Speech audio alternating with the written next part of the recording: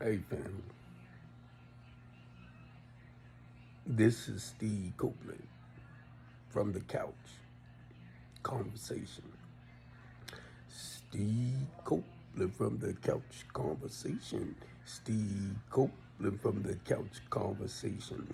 Steve Copeland from the couch conversation show. A family and be more Teen Talk Show host. Y'all know I combined the two, right? And the only reason why, family, because I want our youth to be able to come up and talk about where they at and everything.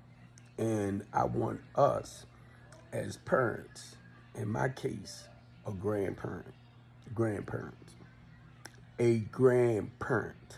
I have 3 grandchildren. But in that case, right, I'm just saying it because I want to get them a voice. You know, from the era we grew up in, children are to be seen and not heard, right? What happens in the house stays in the house. And when I created both of these shows, right, I was just thinking about when I was younger myself and at 11 years old, smoking the weed, right? At 13 years old, drinking Thunderbird. And y'all know I had a whole cup of that thing, right? And I did turn out to be an alcoholic. I wasn't your fallout, drunk all over the spot alcoholic, but I was a fool, right? A big, evil, nasty dude.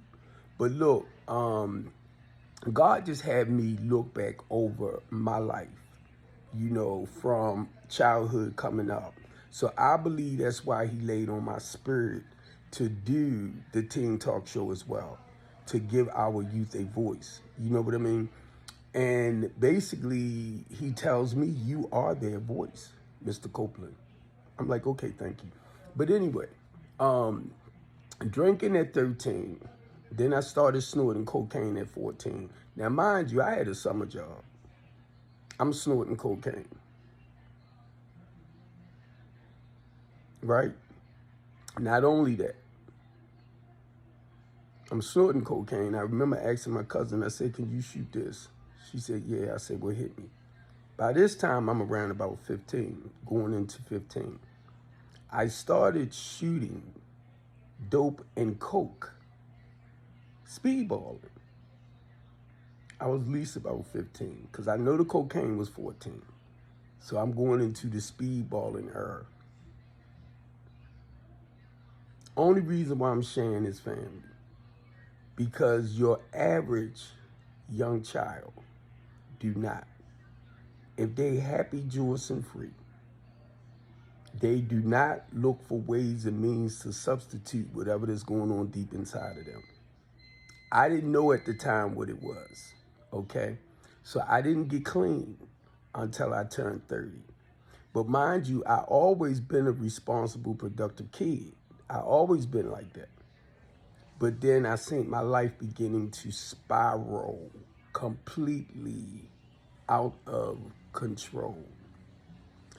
That's why I talk the way I do when it comes to dealing with our youth and wanting to give them a voice.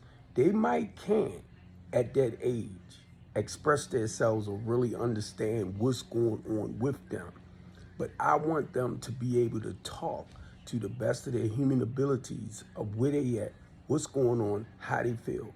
And the reason why I'm saying that, because they could be dealing with rape, they could be dealing with molestation issues, they could be dealing with say mentally, emotionally, and verbally and physical abuse, abandonment issues. It could be some deep rooted stuff inside of them. That's why when y'all hear me talk about my 12-step spiritual program, because I've been clean for 33 years and I sponsor men and women, and I started a housing program for women and children as well to help them put their lives together. So anytime you hear me say my spiritual 12-step program, that's the whole point of working with our youth as well, okay? Helping them put their lives in order at a young age.